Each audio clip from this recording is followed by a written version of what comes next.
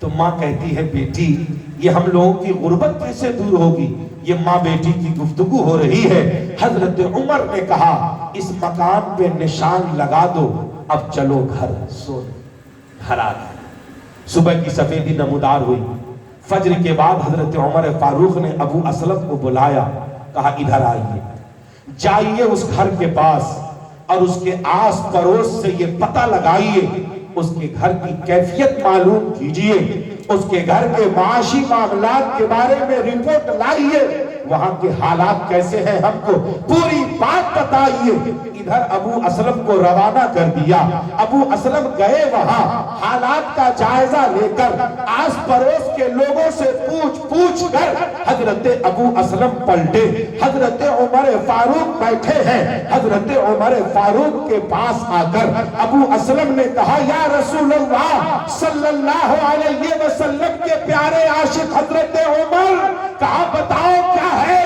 کہا حضرت عمر میں نے جائزہ لیا ہے، ہم نے پتہ کیا ہے تو ہمیں معلوم یہ ہوا ہے کہ وہ جو ایک گھر ہے وہ بہت شریف گھرانہ ہے، بہت پہلے اس گھر کے مرد کا انتقال ہو چکا ہے، اس گھر میں ایک بیوہ ہے اور اس بیوہ کی ایک بیٹی ہے جو بہت زیادہ عمر دراز ہے، غربت کی وجہ سے اس بچی کی شادی نہیں ہو پا رہی ہے۔ اتنا کہنا تھا، حضرت عمر کے آنکھ سے آنسو کے قطرات نکل پڑے، ابو اسلم کے آنکھ میں آنسو۔ حضرت عمر نے پوچھا اسلم اور بتاؤ کیا ہے؟ کہا وہ غربت کی وجہ سے اس کی بچی کی شادی نہ ہو پا رہی ہے، مگر وہ بڑے ایماندار ہیں، بڑے دیانتدار ہیں، وہ بڑے پرہیزگار لوگ ہیں، مگر غربت کے مارے ہوئے ہیں۔ حضرت عمر فاروق نے کہا جاؤ میرے بچوں کو بولا کر لاؤ۔ ابو اسلم گئے، حضرت عمر کے تمام شہزادوں کو بلا کر لائے۔ نظر کے سامنے حضرت عمر کے بیٹے بیٹھ گئے۔ حضرت عمر فاروق نے اپنے شہزادوں سے کہا او میرے شہزادوں، آپ میں سے کسی کو نکاح کرنا ہے تو ایک بیٹا کھڑا ہوتا ہے اور کہتا ہے بابا جان اگر آپ کو کوئی لڑکی پسند ہے تو آپ کا یہ شہزادہ نکاح کے لیے تیار ہے۔ حضرت عمر کے آنکھ میں آنسو کے قطرات اور بہنے لگے، رب کا شکر ادا کیا، ابو اسلم کو قریب بلایا اور ابو اسلم چلے جاؤ اس بیوہ کے گھر جاؤ اور بیوہ کے گھر جا کر اس بیوہ سے کہنا کہ عمر نے آپ کو سلام کہا ہے۔ جب وہ سلام کا جواب دے تو پھر بیوہ سے کہنا کہ اگر اسے پسند ہو، اگر وہ چاہے، اگر اسے پسند ہو تو عمر اس کی بیٹی سے اپنے بیٹے کا نکاح کرنا چاہتا ہے۔ مسلمانوں ذرا غور کرو، آج 5-5 لاکھ روپے لے کر لڑکے والے اتراتے ہیں کہ آپ 5 لاکھ دے رہے ہیں، فلاں آدمی 8 لاکھ دے رہا تھا، کیا تیری ملکیت حضرت عمر سے زیادہ ہے؟ کیا تیرے بیٹے کا مقام و مرتبہ حضرت عمر کے بیٹے سے زیادہ ہے؟ حضرت عمر فاروق کے بیٹے تیار ہیں۔ ابو اسلم گئے، کہاں گئے؟ بیوہ کے گھر پہنچے، دروازے پہ دستک دی، اندر سے آواز آئی کون؟ کہا عمر کا قاصد ہوں۔ ماں بیٹی دونوں گھبرا گئی، اس لیے گھبرائی کہ کہیں رات کی بات حضرت عمر کو معلوم تو نہ ہو گئی۔ ہم لوگ تو دودھ میں پانی ملائے نہیں، مگر ملانے والی بات اگر ان تک پہنچ گئی ہوگی تو کہیں ہم لوگ سزا کے حقدار نہ ہو جائیں۔ دروازہ جیسے ہی کھلا دونوں کے چہرے اترے ہوئے تھے۔ ابو اسلم نے پوچھا آپ دونوں کے پاس میں آیا ہوں، حضرت عمر نے آپ کو سلام کہا ہے۔ سلام سن کر خوشی کے چہرے پہ خوشی کے آثار جھلکنے لگے۔ جب سلام کا جواب دیا تو پوچھا ماں نے کہ کس لیے بھیجا ہے ذرا بتائیے، کس لیے بھیجا ہے ذرا سمجھائیے۔ اب کہا حضرت عمر کے قاصد نے کہ حضرت عمر نے بھیجا ہے کہ جائیے اور اس بیوہ سے کہیے کہ اگر وہ چاہیں تو ان کے بیٹے سے، ان کی بیٹی سے اپنے بیٹے کا نکاح حضرت عمر کرنا چاہتا۔ جب اتنا کہا ماں بیٹی دونوں گلے لگ کر رونے لگی۔ بیٹی کہتی ہے امی جان یاد کرو، تو کہتی تھی کہ عمر ہم لوگوں کی بات کو سن رہے ہیں، تو پریشان تھی کہ تیری بیٹی کہاں جائے گی، سن لے تیری بیٹی حضرت عمر کے آنگن میں جا رہی ہے۔ ابو اسلم نے کہا روتی کیوں ہو، تم دوسرے آنگن میں جاؤ، یہ تیرے مقدر میں نہیں تھا، تجھے تو حضرت عمر کے آنگن میں جانا تھا، تو کسی دوسرے کے آنگن کیسے چلی جاتی؟ ذرا غور کرے آپ، آج کے سیاستدانوں اپنے چہرے کو ذرا کبھی اپنے آئینے میں دیکھا کرو، ذرا سوچا کرو کہ مجمع میں جتنی صفائی دیتے ہیں آپ، جنتا کے سامنے جتنی صفائی دیتے ہیں آپ، تنہائی میں آپ کی کیفیت کیسی ہوتی ہے، اکیلے پن میں آپ کا روپ کیسا ہوتا ہے۔ اس لیے ضرورت اس بات کی ہے کہ ہم جو بھی کام کریں اس کے مسائل کو جان کر سمجھ کر پڑھ کر کریں، تاکہ ہم سیاست کریں گے ہمیں ثواب ملے گا، ہم تجارت کریں گے ہمیں ثواب ملے گا، ہم رشتہ داری کریں گے ہمیں ثواب ملے گا۔ ہم جب مسائل شرعیہ کو جان کر یہ کام کریں گے تو ہم ثواب کے حقدار ہو جائیں گے، اور اگر بغیر جانے بوجھے کریں گے تو جو نہ کرنا چاہیے وہ کریں گے۔ جیسے سماج میں ایک بات مشہور ہے کہ بزنس میں جھوٹ بولا جا سکتا ہے، کہیے معاذ اللہ، کہیے معاذ اللہ، جھوٹ بزنس میں کیا، جھوٹ تو مذاق میں بھی نہیں بولا جا سکتا ہے، تو تجارت میں کہا؟ یہ جو لوگ کہتے ہیں کہ تجارت میں جھوٹ بولا جا سکتا ہے، یہ وہی لوگ ہیں جنہیں تجارت کا مسئلہ نہیں معلوم ہے، یہ وہی لوگ ہیں جو بغیر سمجھے تجارت کے لیے آ گئے ہیں۔ یہی وجہ ہے کہ تجارت 10-15 سال ترقی میں رہتی ہے، اس کے بعد ہم پریشان ہو جاتے ہیں۔ اگر ہم تجارت مصطفیٰ جان رحمت کے طریقے پر کریں گے تو ہماری تجارت بھی برقرار رہے گی اور ہم بھی برقرار رہیں گے۔ ضرورت اس بات کی ہے کہ ہم پہلے اپنے اندر تبدیلی پیدا کریں، ہم اپنے گناہوں پہ نظر ڈالیں، ہم اپنی خامیوں پر نظر ڈالیں، ہم اپنی خرابیوں پر نظر ڈالیں، اور ہمارے اندر جتنی خرابیاں ہیں ہم پہلے ان خرابیوں کو دور کریں۔ جب ہم پاک ہو جائیں، اور یہی ذمہ داری سماج کا ہر آدمی لے لے، تو جب سب آدمی پاک ہو جائے گا تو پورا سماج پاک ہو جائے گا۔ مولا کریم کی بارگاہ میں دعا ہے، مولا ہم سبوں کو ایک اور نیک بن کر رہنے کی توفیق رفیق عنایت فرما۔ وما توفیقی الا باللہ۔ السلام علیکم ورحمۃ اللہ۔